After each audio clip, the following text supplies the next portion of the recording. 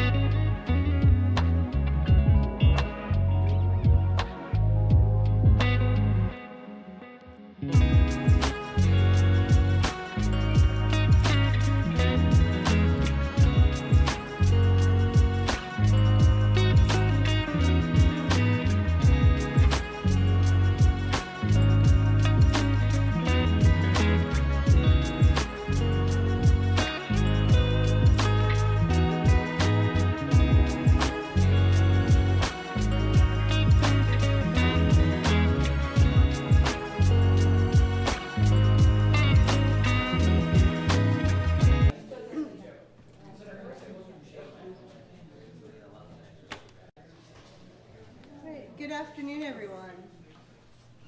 So my name is Jen Salem. I'm the Regional Science Consortium Plant Lab and Greenhouse Manager, and I'm your session chair for the last session of the last day of our 21st Annual Research Symposium. The first presentation is going to be by our own Sarah Magian and Sean Dalton. They are presenting on Mosaicing the Past, Photogrammetry with the Pennsylvania Archaeological Shipwreck Survey Team. Thank you, Jen. You're welcome. You can have it to start. All right. Hello, everybody. Thank you for sticking in with us and being here for the final session. My name is Sean Dalton. I'm the Lab and Field Manager here for the RSC. And I'm Sarah Magian. I'm the Aquatic Biologist for the Regional Science Consortium. And as Jen said, we are here to talk about the updates that we have for the 2025 season with the Pennsylvania Archaeological Shipwreck Survey Team. But before we get into that, for those of you that are unfamiliar with the team itself, we call ourselves the PAST team, which stands for the Pennsylvania Archaeology Shipwreck Survey Team. It was formed in 2015 and is composed of representatives from not only here at the RSC, but also Divers World, the flagship Niagara League, Indiana University of Pennsylvania, Pennsylvania DCNR, as well as PADEP, the Coastal Management Program, as well as the Sons of Lake Erie. This is an entirely volunteer-based team with the goal to identify, survey, and document all of the shipwrecks that we have here in Pennsylvania waters. In addition to this, we are also developing educational programs. We also provide dive instruction, as well as ethical dive practices for these sites, because they are archaeological locations that have significant cultural history and significance to this area. And just overall, just the appreciation of the maritime history that we have here, because ultimately it is the reason that Erie itself is here. This past season, we have also been working with NOAA with the proposed marine sanctuary. So in June 2023, NOAA announced that it was starting the designation process for a new marine sanctuary here in Erie.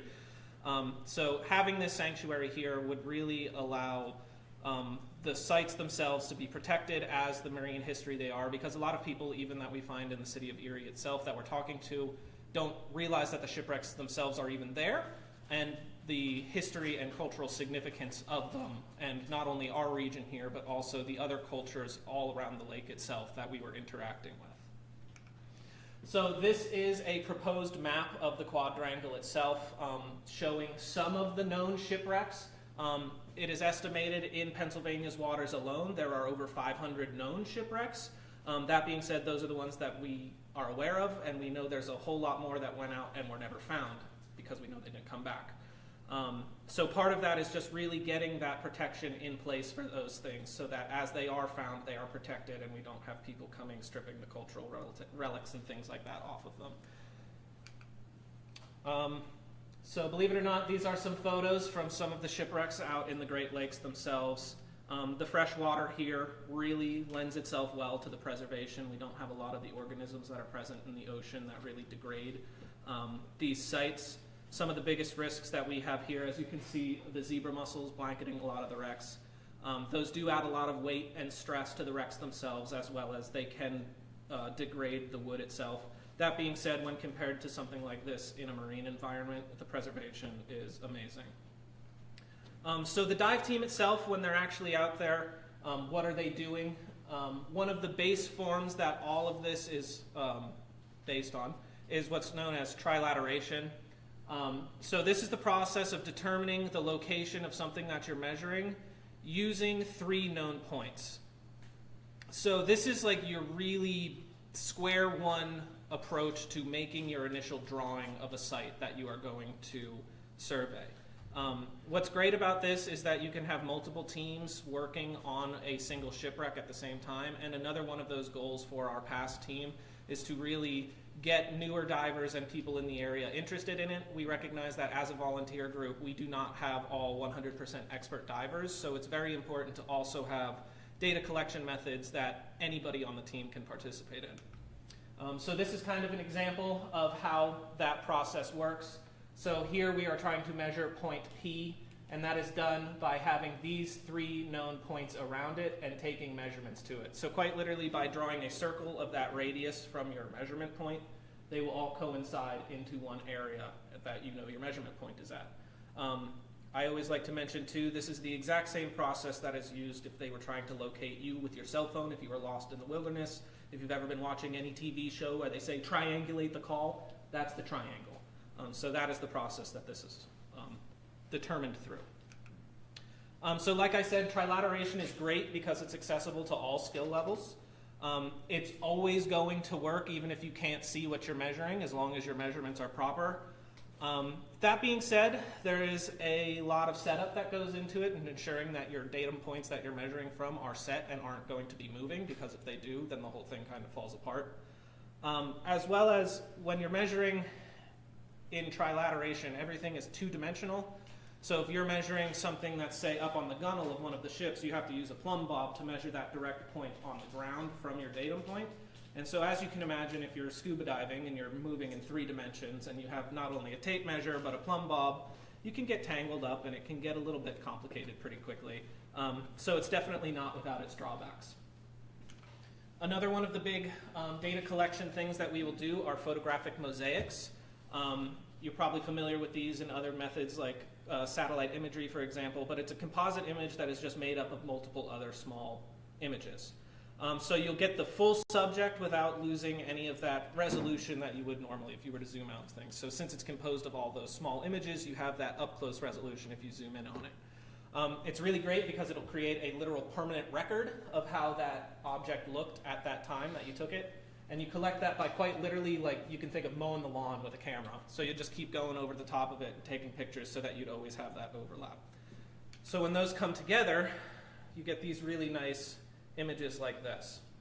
So this is one of the photo mosaics made by one of our divers, Jeremy Bannister. He's a really excellent photographer, really has a passion for a lot of this stuff and helps us out with a lot of our data collection.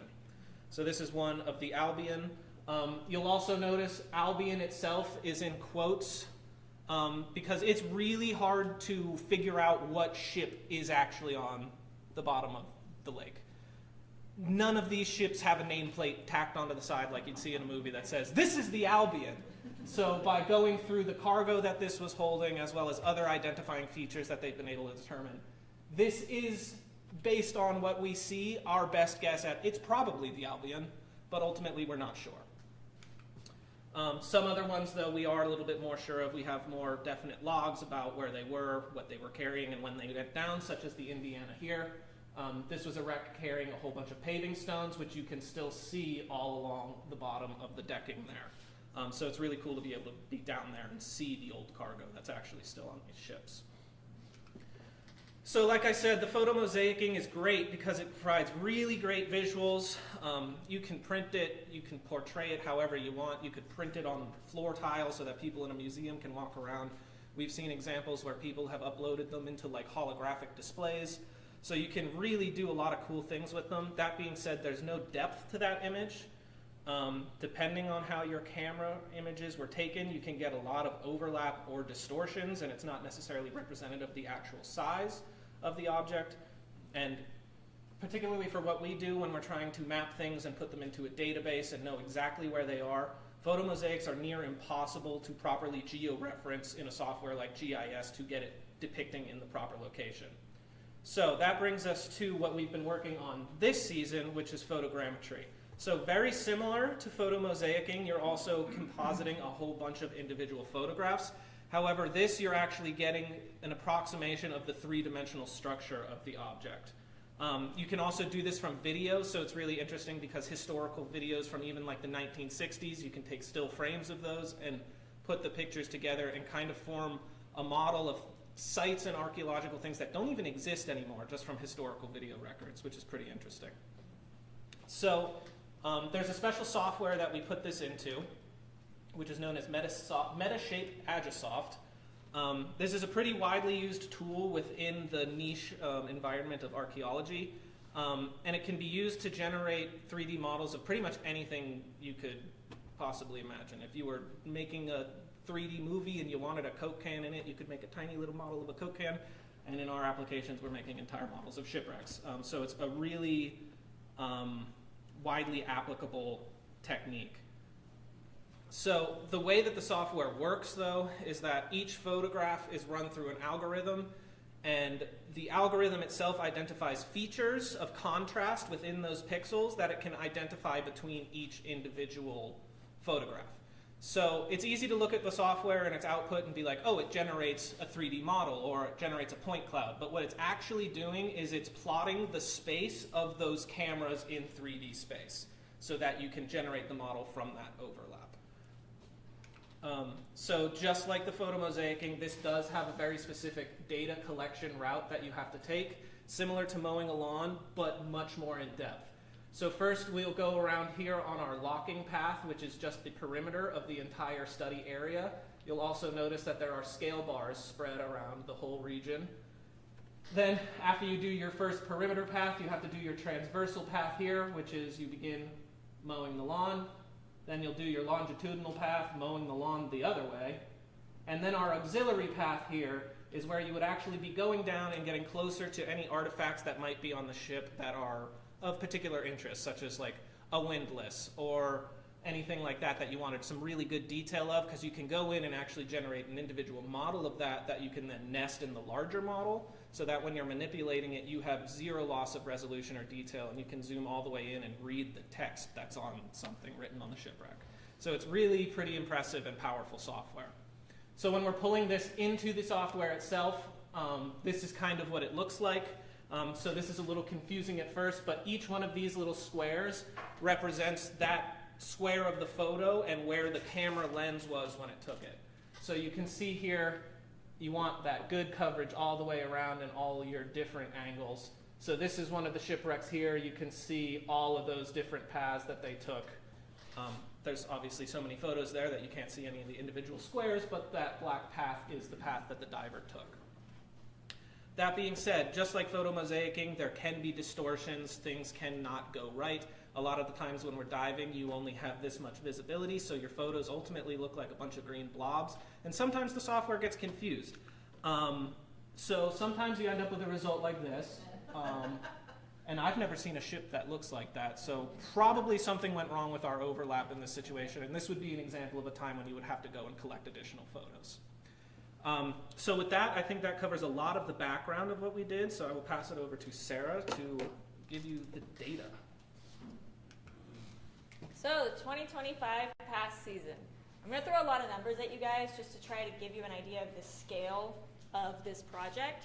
So we had our photogrammetry workshop in January where we learned how to use this software as well as how to take the photos on the ships, follow that path, all of that information so that we can create these models. I alone was involved in over 700 emails for this season. That does not include any of my coworkers. That's just the ones I was on. So over 700 emails. We have 83 past divers now at the end of the season. We started with 76. So we did gain many past divers over the season. That was awesome. They were not all from the past course either. We had people from Ohio. They have a MAST group over there, very, very similar. And they were like, hey, I didn't know you did this over here. Can I do this too? So I was like, yes, of course. We did 16 total dives. And we had 24 active divers of those 83 in 2025. And we also held at least 25 meetings that I was in. Once again, there was probably a lot more than that. Those could be planning meetings, pre-dive meetings, post-dive meetings, lots of different situations there. So we had 11 scheduled dives. 8 of those were successful, and every time the boat goes out, you do 2 dives on it. So that's what equals your 16 dives total. We had 4 of these scheduled dives on the Philip Armour, 3 on the Susquehanna, and 1 on the Indiana. So those are 3 shipwrecks for this season. And that was our schedule for the season. Just wanted to make note that, sometimes things are canceled. It's almost always for weather reasons. This summer, it was all for weather reasons. So sometimes we even would go out on the boat, and then the lake kicked up, and you just go right back without ever even getting in the water. So it's just the nature of Lake Erie. But the Armour is at 35 feet deep, and the Susquehanna is at 55, whereas the Indiana is all the way at 90, and that was our latest dive of the season. This is some of our divers down. I believe this was on the Armour, working on getting those survey measurements. That is from this season. So there's a lot of numbers here, but think it's really important. We took 17,963 photos, these are just the JPEG photos, not the raw image files, of the armor this season. This does not include the raw photos or our GoPro backups. These are just the ones that I'm actively using to make models right now. That is 3.39 terabytes of photogrammetry data that we have for the armor alone. That's 83,389 files total, just for the armor. So that's 3.54 terabytes of data on the armor. So that guy has its own 4 terabyte SSD in my office, all for the armor. It's mostly photos. As you can see, this difference here, the 722 to the 389, that difference between those two numbers, those are all of our other files related to this that are not images. So those are things like our fish, well, not photogrammetry images, fish photos and videos, media photos and videos, survey measuring data, data sheet scans, or additional log information. All of that is super important. So many, many hundreds of thousands of photos. This is just for the armor. We did attempt, so far, 3 different models for the armor, and they come out banana-shaped. That means that they look like this. They're all curved. So that's a calibration thing that we can fix with the camera later, thankfully. But as we all know, the ships aren't typically banana-shaped on the bottom of the lake. They usually lay flat. So that's another one of our things we can run into. So this is one of those models I started making. This is the point cloud. So like Sean said earlier, those little blue squares, every single one of those represents one image and where the software thinks that image was taken in 3D space. So this is just a point cloud. This isn't even the 3D model yet. But this is what I see when I'm trying to align things. Up here, it's going to be so small, we're not going to be able to see it, but maybe I can see it on here, how many total photos there were. So this particular model was made with about 6,800 photos.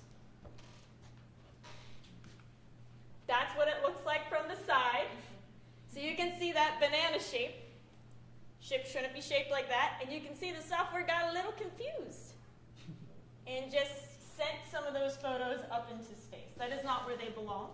I then fight with the computer to put those in the right place.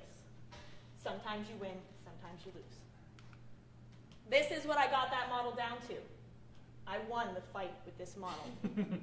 It is still shaped like a banana, but like I said, once we get that calibration correct for that camera, it was just an incorrect calibration. I'll be able to fix this into a nice, pretty model. And this one, I believe, had over 95% accuracy of alignment, which is great. That's the kind of model where you can actually get measurements from your model later and determine a lot about your ship. So the Susquehanna, a little less photos.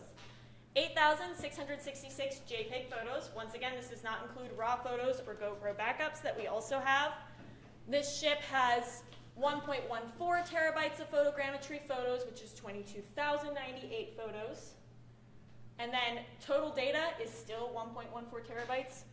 We have a couple more files, but still under 200 of all this other information, which is all super important. I did attempt 2 models for this one.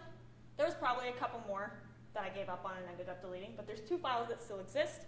So this is what one of those looks like. Once again, this is that point cloud. That blue is the path that the diver took. So that's where it placed all of those images in space. As you can see, it once again tried to send us, this time, underground. So that was incorrect. I had to realign all of those photos. Also, this one did some funny things where you see how now there's a kind of like a stick out of the side of the ship here. So like there's a lot of checking over the software because it's doing its best, but you need a person to be able to look at this and say whether or not that is the ship or anything. This is what it looks like when you get a little bit closer to that point cloud and all of those individual files. This was it trying to be resetting camera alignments. Like I said, when it gets all out of whack and you have to correct it, this was one of those situations. And I have to do that for like thousands of photos usually. And then by the end, it was nice and flat. And when I made it a 3D model, that's what we got. I'd like more than that. I would like higher accuracy. I'd like more detail on the wreck. So this is by no means finished. This was the model I got out of it so far. I didn't apply the textures to that, so it's not all colorful yet. It's just a purple blob. But it is a 3D purple blob, so. And then our Indiana, the last rec we were on this season. Sorry, guys. So our last rec we were on this season, way less photos. We only went down there once, and the goal of this dive was really just to scale our existing Indiana model. We already have a 3D model, but it isn't scaled, so we can't take measurements off of it. So this is that existing model. Looks great. You can see the path that the divers took. This is what it looks like from the side. And we actually 3D printed that one. Yeah, so that's our 3D printed Indiana. And so I'll be able to make a little model out of those photos from this season and scale this existing model from the little one I made. So these are other recs that we do dive on through past, but we didn't get to them this season. But I did want to acknowledge that these are some other shipwrecks I have data on back in my lab. And then winter plans, to keep working on the models, to try to get more out of them, more accuracy, all that kind of stuff, add the details in the texture, develop photo mosaics from those, create site plans, because that would be really helpful to our divers. And then we also need to practice our photogrammetry in the pool. And then once again, this data will be used to contribute towards the NOAA designation of the National Marine Sanctuary. So thank you.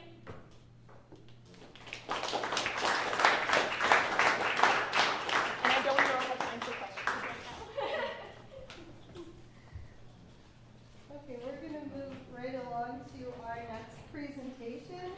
It is our own Jacob Court from the Regional Science Consortium. He's going to be doing a presentation, Coding for Climate Change and Adaptable STEAM Curriculum. Thank you, Jen.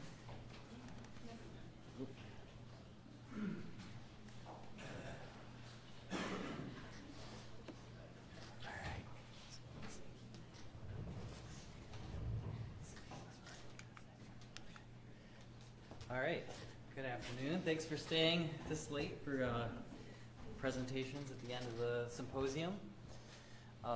Yes, my presentation, as Jen said, it's on this educational program that we are creating, a curriculum that's all about coding, so computer programming, and using that to solve or explore climate and water quality issues for students.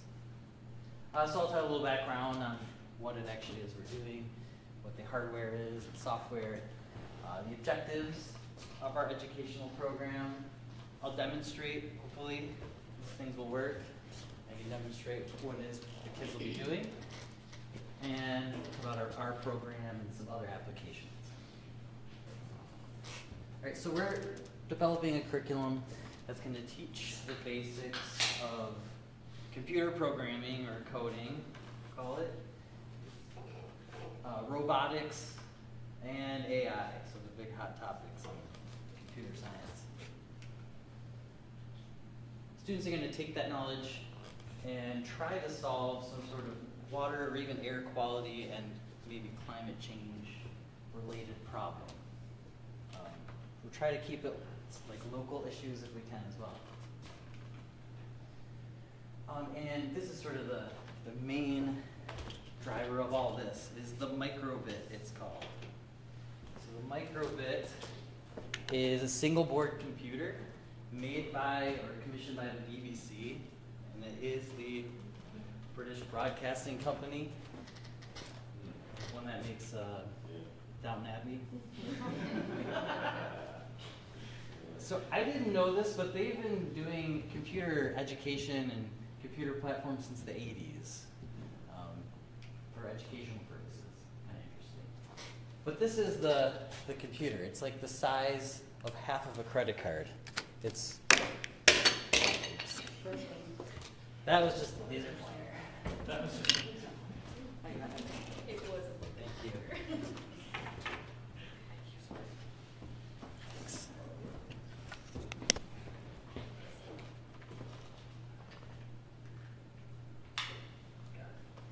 Okay, so it's this little tiny thing. That's the microbit.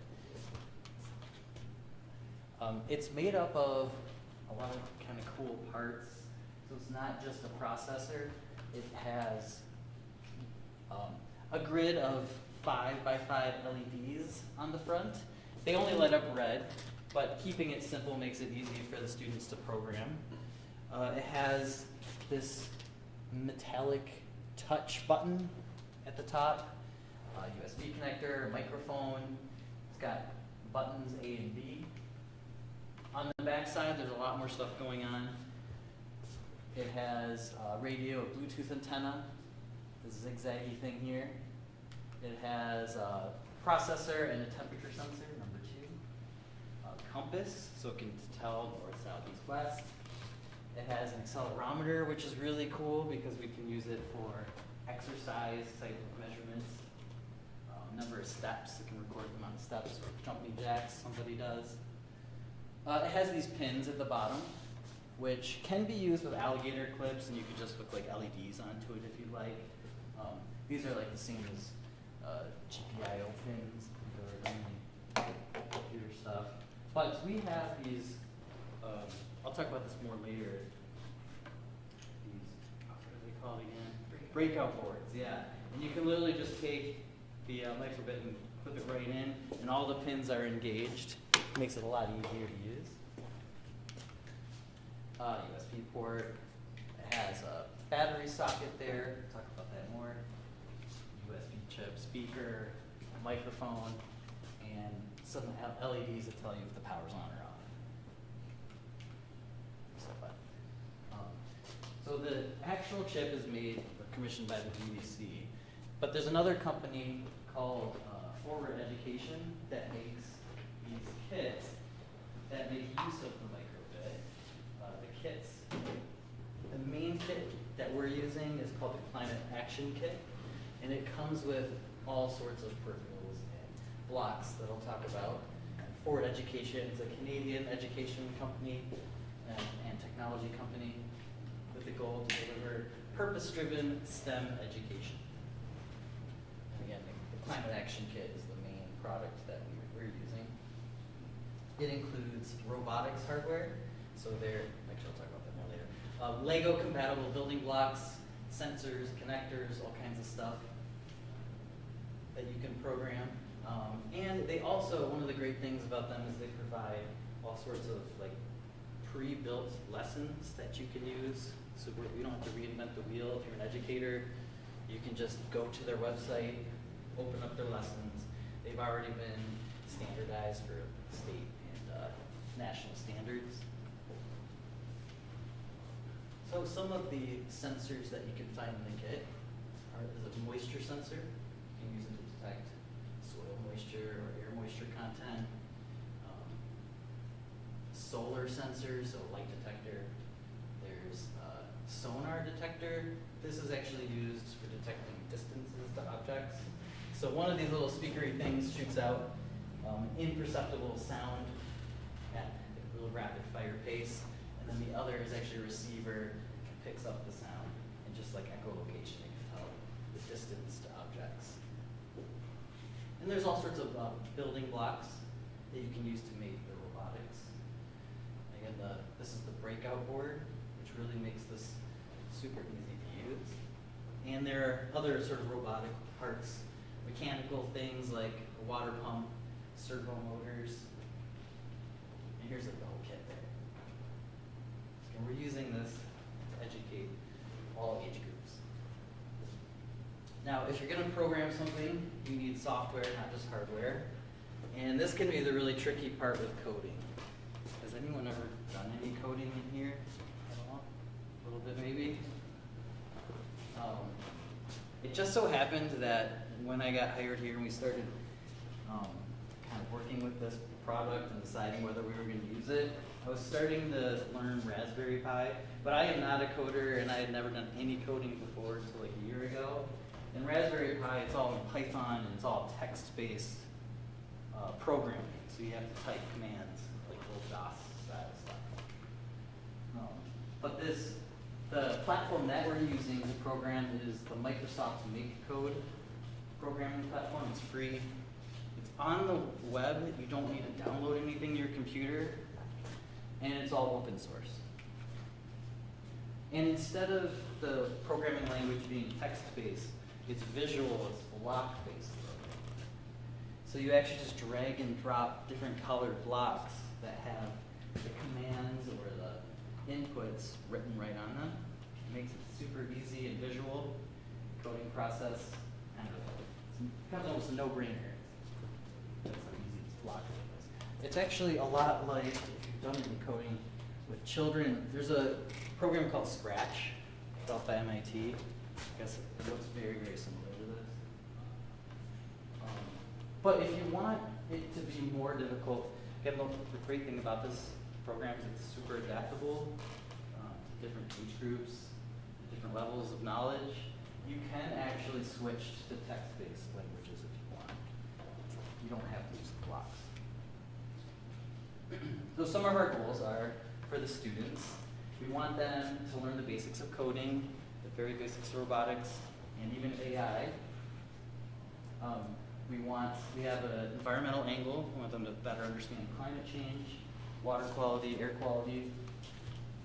We want them to learn how and why the environment is assessed using traditional methods, and how they can draw upon the coding and robotics and computer science that they've learned with us, and they can draw on that knowledge to come up with maybe their own solutions for environmental monitoring or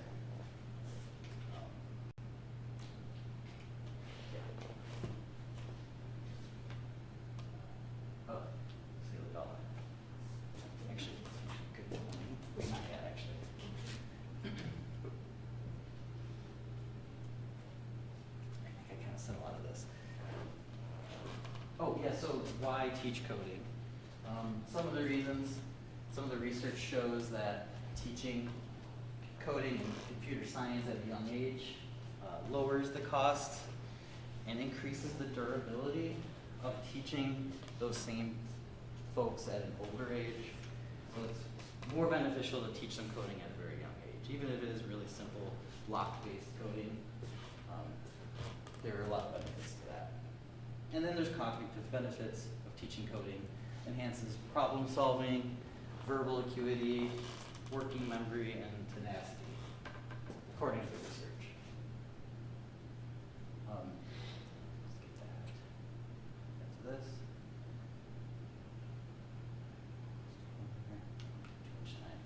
Let me get into the actual platform itself. So this is what the coding platform looks like. Again, it's the Make Code program by Microsoft.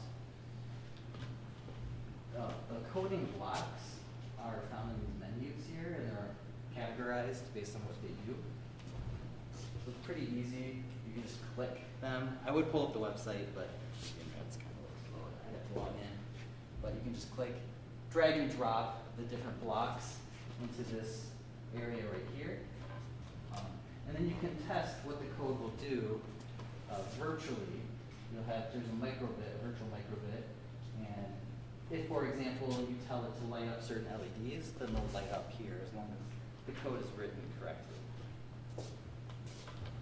Then you just download it. You just hook these up right to your laptop or computer through a USB cable, and it downloads right onto the microbit. It saves it on there. All right, that's a little closer to it. So we're teaching, especially younger students, coding. We want to start slow, make it easy at first.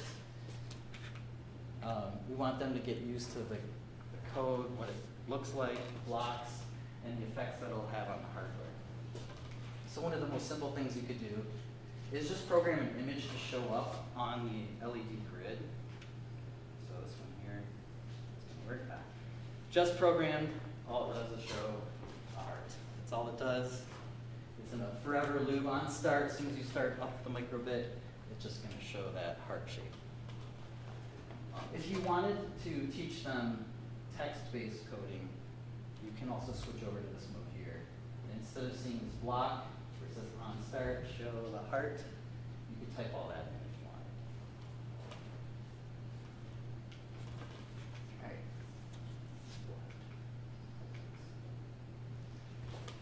wanted. All right, and then we want them to have room to modify and explore and create their own code and see what the code would do if they change it, how that'll affect the output on the microbit. And so if you started off with a heart image, you could have the students, there's a different block here that instead of a preloaded shape, they can kind of just click on the different squares in this grid. These represent the LEDs, and that's the shape that will show up on microbit. I don't know if you guys can see them back there. That's really easy to do. The kids can make any shape they want. And again, if you wanted to, you could have them look at the text and see what that actually looks like.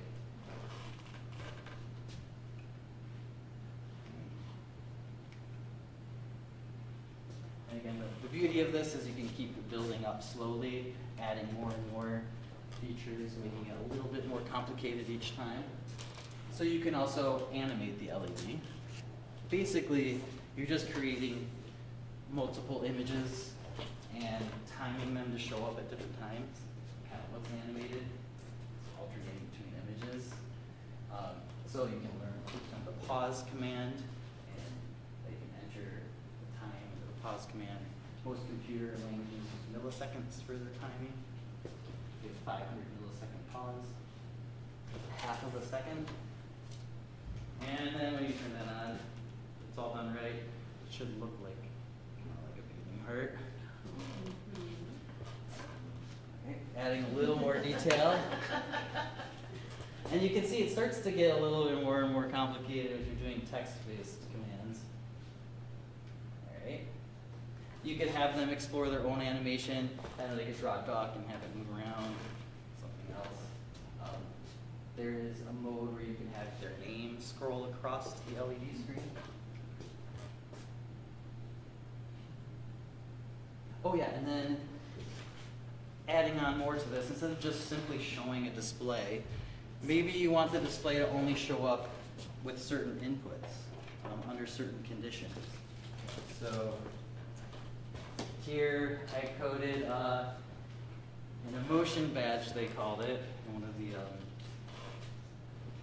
programs here. So you input, in this case, we had the input be the buttons. So you can program it so the A button shows a smiley face, the B button shows a frowny face. Simple, and then both buttons at the same time should make, I don't know, not a used face. And then you can wear this. And that is breaking. You have the kids wear their emotion badge on their wrist.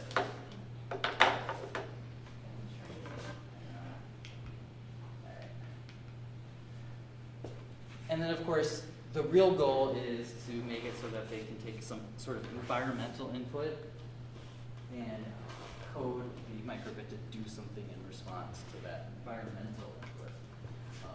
So, for example, there is, as I talked about earlier, a built-in light sensor in the microbit. So you could have them detect light. And just to kind of demonstrate, hopefully this will work. You have your flashlight. Okay.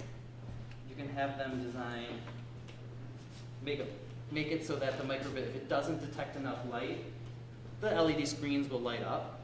Here we have a external LED wheel that you can attach to it. And if the light's bright enough, it should turn off. Did it turn off?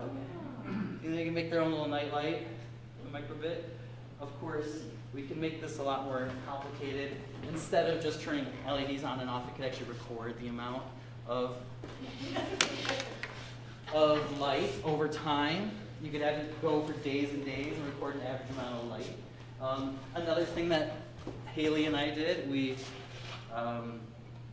programmed one of the microbits to automatically water potted plants.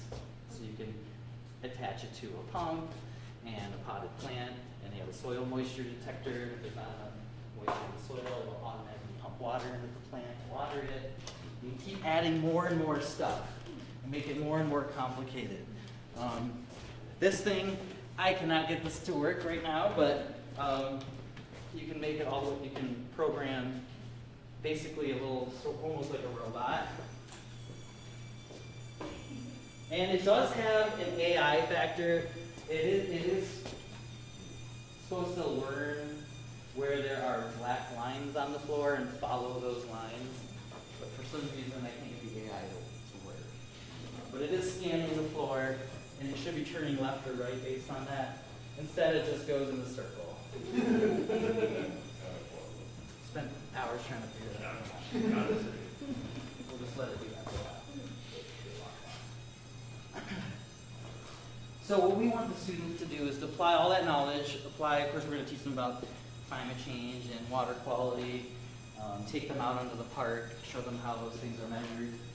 And then they should be able to use the microbit and all those peripherals I talked about and create their own device, either a robotic device or an environmental monitoring device to solve some sort of issue of their choice. There's all sorts of pre-built lessons by Forward Education, Microsoft, and the BBC. They have tons and tons of resources that you can draw upon if you wanted to use this program yourself. It can be tailored to any grade level, any level of knowledge, any level of difficulty. You can really make it as easy or as difficult as you want. And I'd like to thank Pennsylvania Department of Environmental Protection, their environmental education grant for funding us to buy laptops and these climate action kits.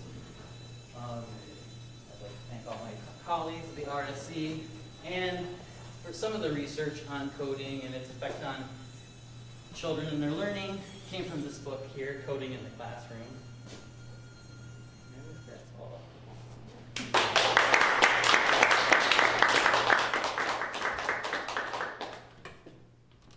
Thank you, Jacob. I think we'll hold questions until our Okay. break, if that's okay. 'Cause Absolutely. we have one more presenter, which is Haley Dahl from the Regional Science Consortium. She's doing the School of Sustainability and Experimental Learning summer camps.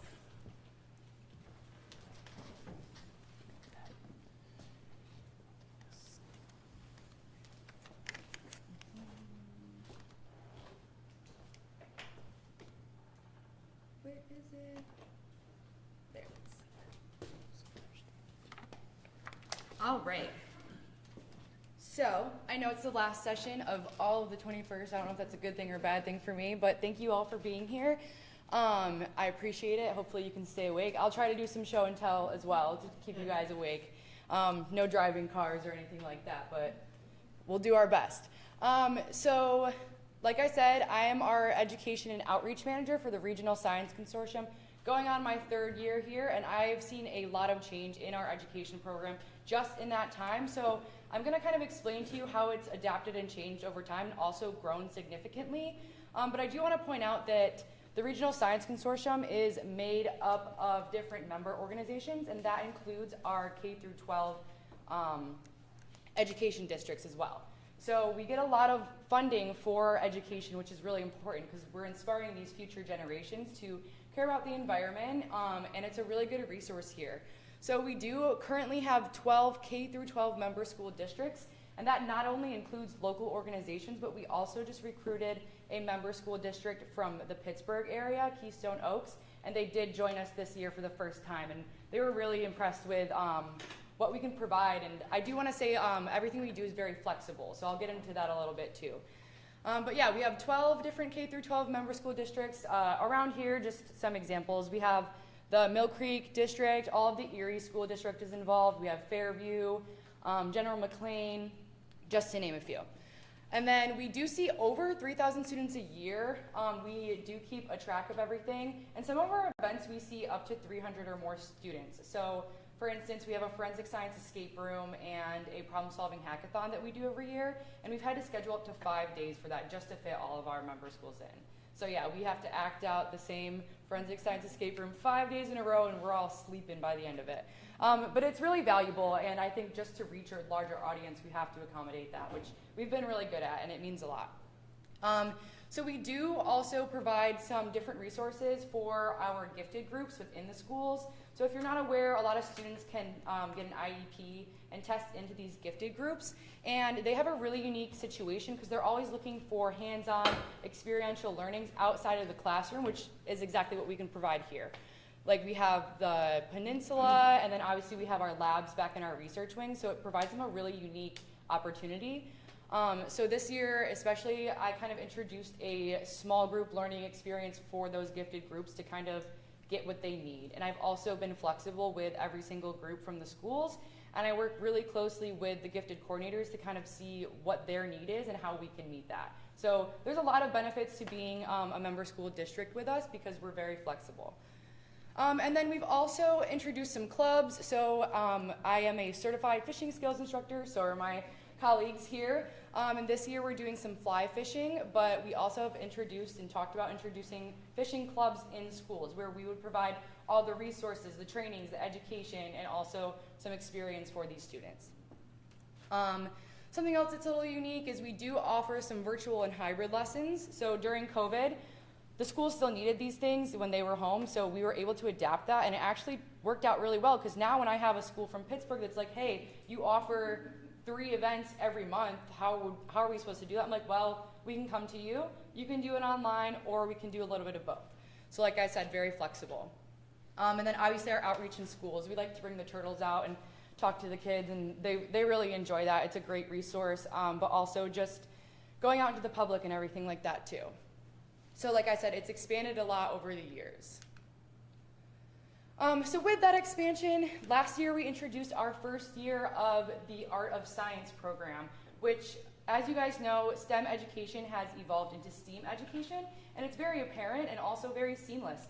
So we kind of looked around the area and we're like, how can we implement this into our education programs? And we partnered up with a local artist. Her name's Ashley Pastore, and she owns a studio down on 19th and Cherry where she does a lot of printmaking and paper making.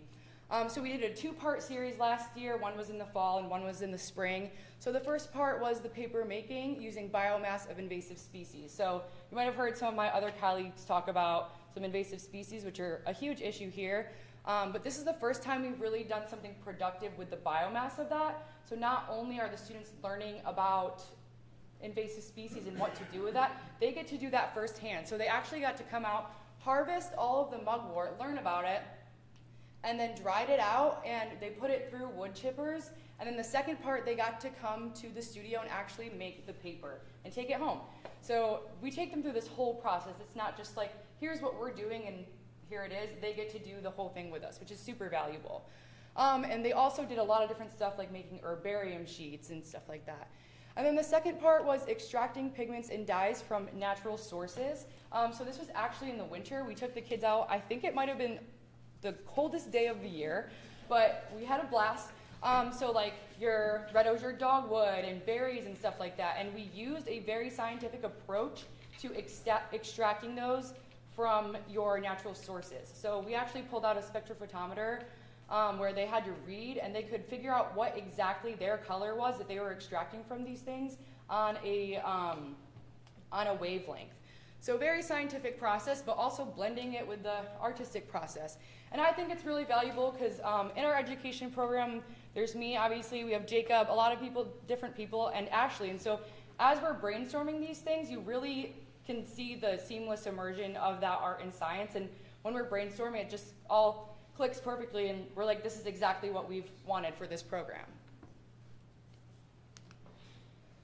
All right, so with that all being said, it kind of led to this brainstorm of something called the School of Sustainability and Experiential Learning, which we named SSNEL for short. So this was kind of just our mission and goals of the SSNEL, but we came to this conclusion that there's the seamless immersion of art and science, and also we are providing these experiential learning opportunities for students. And also when you look at it, we get these smaller groups, also to 300 students sometimes, and when you can provide an experience that every single student takes individually, it's really valuable, especially when we have resources like an art studio and Presque and 7 Mile Creek that some of these students might not have ever gotten to. it's really just brainstormed this whole initiative of how we can get students to get this valuable experience. So, with that being said, we introduced within the School of Sustainability and Experiential Learning 4 unique summer camps. We only did 3 of them last summer, but this was something, it was a day camp, and we had students out every day for 5 days over 3 weeks. Some of the weeks we had repeat students, and then other weeks we had new students as well. But everything was themed under the theme of sustainability, although there were different themes within that for the different weeks. So we wanted to provide something different for every week. So our first week was the science of food, and we wanted to look at the chemistry of cooking and kind of like natural sourcing of different food types, and also maybe some technology approaches to that. What are we using in the kitchens and different organizations? So something that was unique with that, Jacob talked about our forward education. This was brand new. We had just gotten out of this training, and we decided to do it with our students. So like I said, you can do well, like Jacob said, it's very adaptable. So this was our first time doing it with students, and they really liked it. And I still have my herb that I potted there. My basil's like this tall now. So maybe some kids still have that. And then over here, we did invite a local artist. So I will say we had guest presenters, and that's something that I will talk about what I think worked and what didn't work. But one thing that was really unique was that we had different presenters come in and guest speakers from the area, and the kids really liked that. It was very engaging. It was different people. They didn't just have to hear me talk all day. And one person was from the Park Coffee and Bread. She is a sourdough baker, and she came in and talked to the students about sourdough, which is very artistic and scientific, because obviously you've got everything that grows in your sourdough and your starters, and the students got to take home their own starter and their own loaf. So I will say every week too, the students got to work on an overall project, and while every single student's experience was different, they all worked on this project together for the end to present to us and their families. So for this week, you can see in the bottom, the students got to put together an entire dinner for their families. So just really quickly, if you look on the table, all of the paint on there, they used stamps that they carved out of potatoes and root vegetables. So everything was really thought out, and we introduced these values to them under the blanket of sustainability, and they were the ones that had to kind of brainstorm what they wanted to do with that. So over here too, you'll see these little vases. They went out and they picked all the flowers for those. Also, I'll say I went to the thrift store and thrifted a bunch of dishes and everything, because we're trying to get the value of you don't have to buy things brand new, and under sustainability, they got to pick out their favorite pieces and put it on there. They also, during this week, we worked with a clay artist. They made their own mugs and plates, which you can see on the table here, which they all got to take home. And then something really unique that we did is we walked in the creek every day, which was awesome, and we always saw something different. But this week, we got to go out and harvested wild clay from 7 Mile Creek, and they actually turned it into something functional. This is not wild clay, and I don't have anything with me because I didn't think ahead. But they all made like little characters and stuff out of the clay, and it was really cool just for them to get that experience with it. A lot of this was experimentation, and although we had a plan and a very fine agenda, like the students really led a lot of this, which is exactly what we were going for. So yeah, we had a lot of people come out. We also had the sons do a fish fry, which was delicious. But the students, we got different lettuces from farmer stands and veggies, and I taught them some knife skills because I'm a pro in that. But it was really cool. Like, it was super fascinating to see kind of the community aspect of that, and they were so excited to tell their parents about everything and what they learned about it. So I would say this was probably one of our most successful weeks in terms of the organization and how it all came together. These little pies here, they cooked in a solar cooker. So I wish I had one, but we made these solar cooker boxes with plywood and some plexiglass, and we cooked things in it. And then they each got to serve their sourdough that they made to their families too. So very unique. The next week was Science of Fashion, which I take a lot of pride in. So we were trying to teach the students the differences between your fast fashion and secondhand and upcycled and recycled. So there was all these different elements that we introduced to them throughout the week, and then they had to include that in a costume design challenge. So just some of the elements we included was like something from natural materials, and we taught them about the difference between like natural and synthetic fibers using a burn test and scientifically how they're different using microscopes and everything. We did some flower pounding, so eco-printing. That's a very scientific thing, but it's also a traditional Japanese practice. So you've got your culture, your science, and your art there. And then I do have this little bean bag. So during this week, we brought in a bunch of sewing machines, and we taught the students how to sew. So it was really cool. They all got to sew these little bean bags out of recycled fabric. And then in here is lavender that we harvested from the property that we were on, which I don't know if I said this, but we were at the Glenotto Center over in Harbor Creek. So the students got to make these, and there's a lot of things going in there. So just for an example, this right here is one of our costume designs that somebody did, and they had a lot of freedom. All we said is you have to include these elements that you learned from the week. And I really liked this one because she was kind of emphasizing plastic pollution in the oceans, and she still encompassed all of those elements that we had taught them about. And then if you're curious about this, we did do a felting workshop, so kind of instilling more of that natural fibers things. We had a fiber artist come in, and they did a, I think it's called soap felting, not needle felting. So it's not where you needle, you put all your fibers together and you rub a bunch of soapy water on it. It's really cool. I had a video, but it wasn't working. And then our last week was the science of art. So here we were really getting into your more scientific methods and going out and collecting data. So this was a lot more creek walks, and we actually took the students and they did like plankton tows and fish seining and fish trapping in the 7 Mile Creek. So this resource that they were using for all the other weeks, they actually got to go out and collect data. So just some cool pictures that I included, like obviously there was some common water snakes. This was something that we got in our plankton tow. And then we were teaching them about kind of curiosity and asking questions, and then when we would get back to the classroom, we would help them identify what they were finding. Some little butterflies, lots of fishing spiders, which I thought was awesome. And then this was at the beginning of the week. I really like this picture because we had the students just brain dump, if you will, kind of brainstorm all their ideas at the beginning of the week, and then they used all of that to encompass towards the end. Also during this week, we did some insect trapping and moth trapping and included that in our data as well. So now I'm just going to give you some more slideshows of pictures because I think that we did capture a lot of good media over the summer, and they kind of speak for themselves, but I'll also speak for them.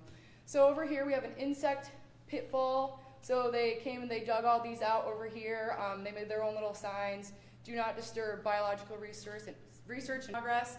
So we really wanted them to use a scientific approach to doing their own research. So although they were the ones asking the questions, we kind of gave them a guideline of like, if you were a scientist, how would this work? You know, you need like permits, and we got into all of that with them too.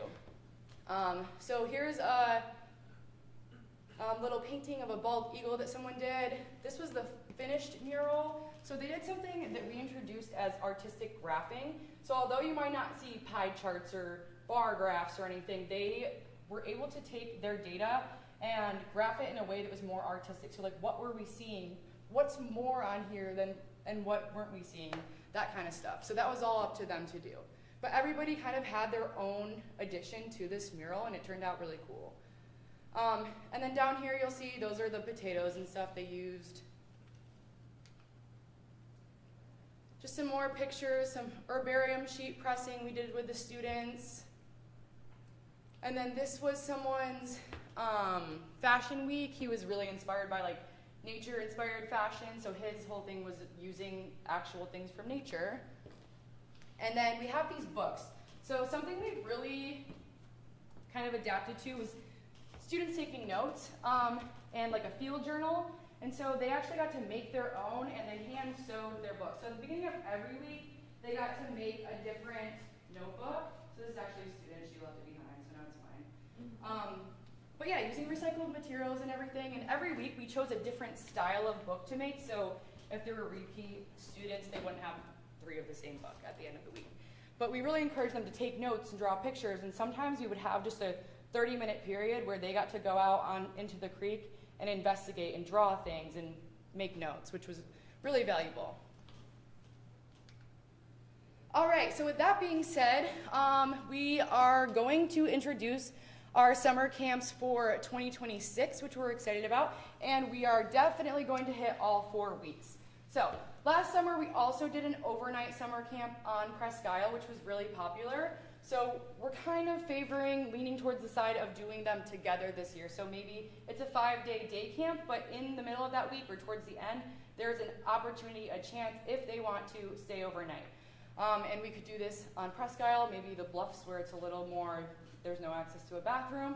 But we had a lot of students come out for that last year, and they had a blast. But you really can see like their whole attitude changes once they're immersed in nature. And the longer you can keep them in nature, the more curiosity they have and the more experiential learning is instilled in them as well. So we're not going to have the same exact agenda, something similar, use, like I said, what worked, what didn't work. And something that especially worked is using all these different skills from people. So say myself, Jacob, we had Tyler, who is really good with bugs, and all these guest presenters. It worked really well to have all those different skills with students because they get to take away something else from every single person, which I think really worked. And with that being said, just thanking our grant providers and then obviously all of my team. This was our first year doing it. It was very fast and furious, but I'm going to start working on it now for next year. I do have flyers that I can hand out, not with me, they're back there. But we will be doing this next year and recruiting more students for it as well. That's all I got.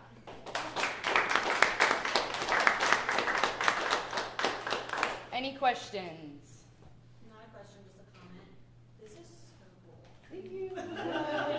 Like, I wish I had an opportunity to do stuff like that when I was younger. That's the other thing is like a lot of adults said they're like, oh, can we stay with our kids today? And it's like, Yeah.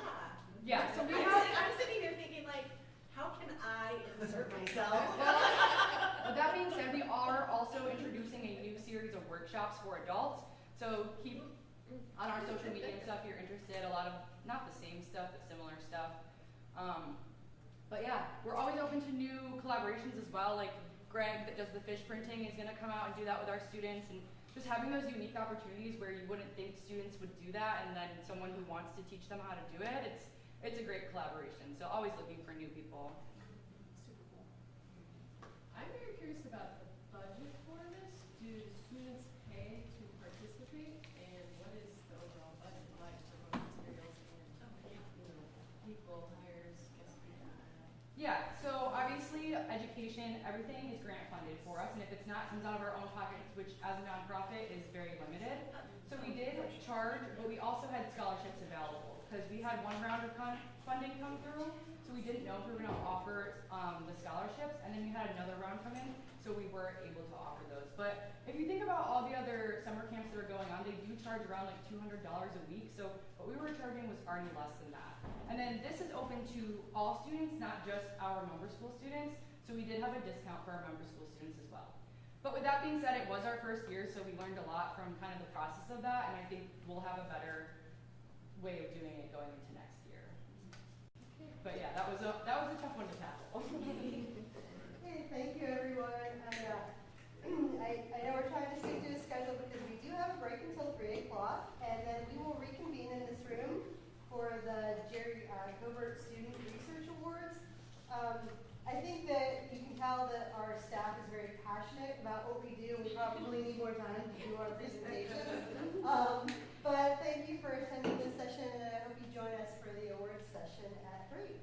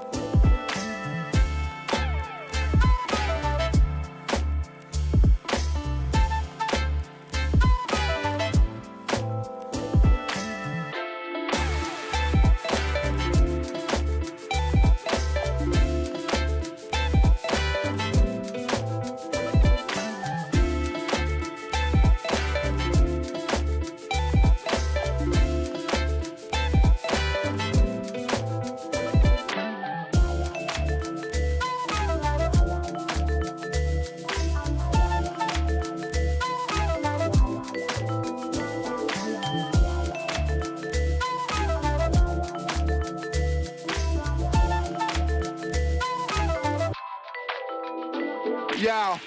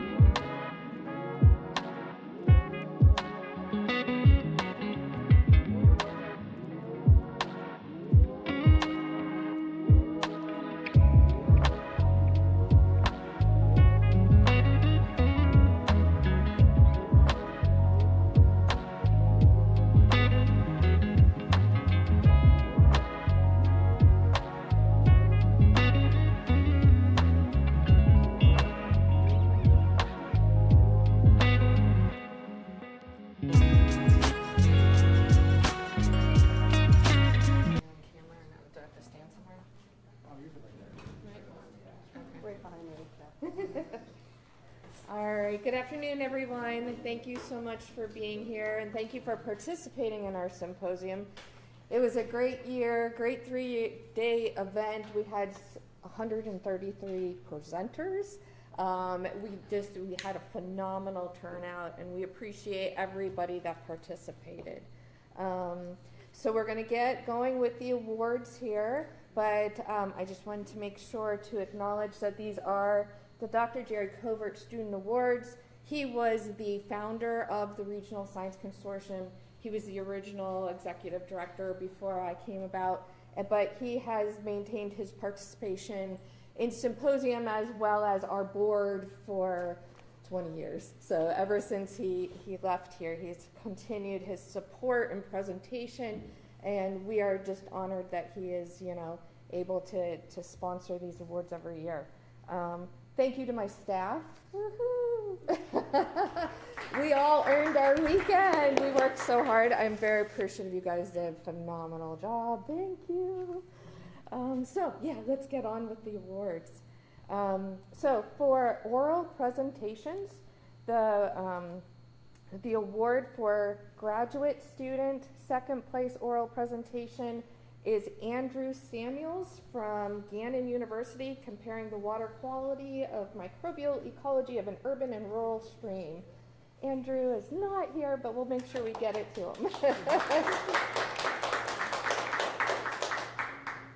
All right, our first place graduate student for oral presentations, the award goes to Nardos Bizrat from Gannon University, a lab on a filter immunoassay for detecting microplastics from human blood samples.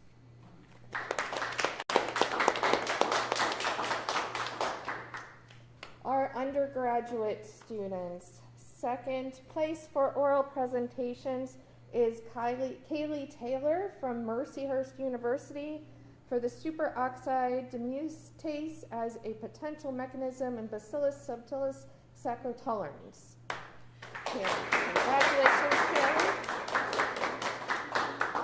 And our first place for undergraduate oral presentation is Abigail Riddell from Allegheny College, the influence of forest structure on species diversity on Foundation for Sustainable Forest Properties in Northwestern Pennsylvania.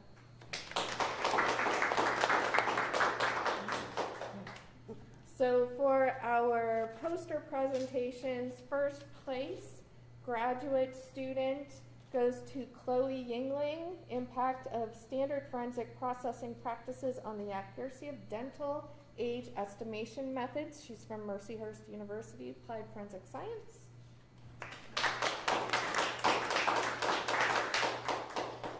And our first place undergraduate student for poster presentation is Genesis Castillo from Streets to Streams, Anthropogenic and Seasonal Effects on Erie, PA Stream Bacterial Communities from Gannon University.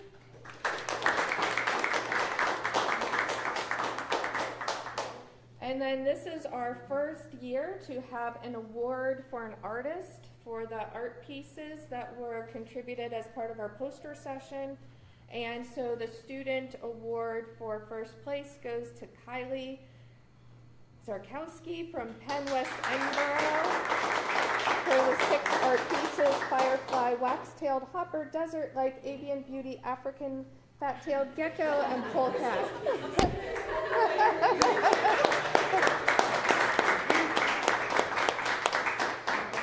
All right, with that, I close this year's symposium. Next year, first Wednesday in November, which I think is November 5th, 6th, and 7th, first Wednesday in November. So make sure you come back. We would love to have you and bring your presentations, and we'll look forward to seeing you then. Thank you.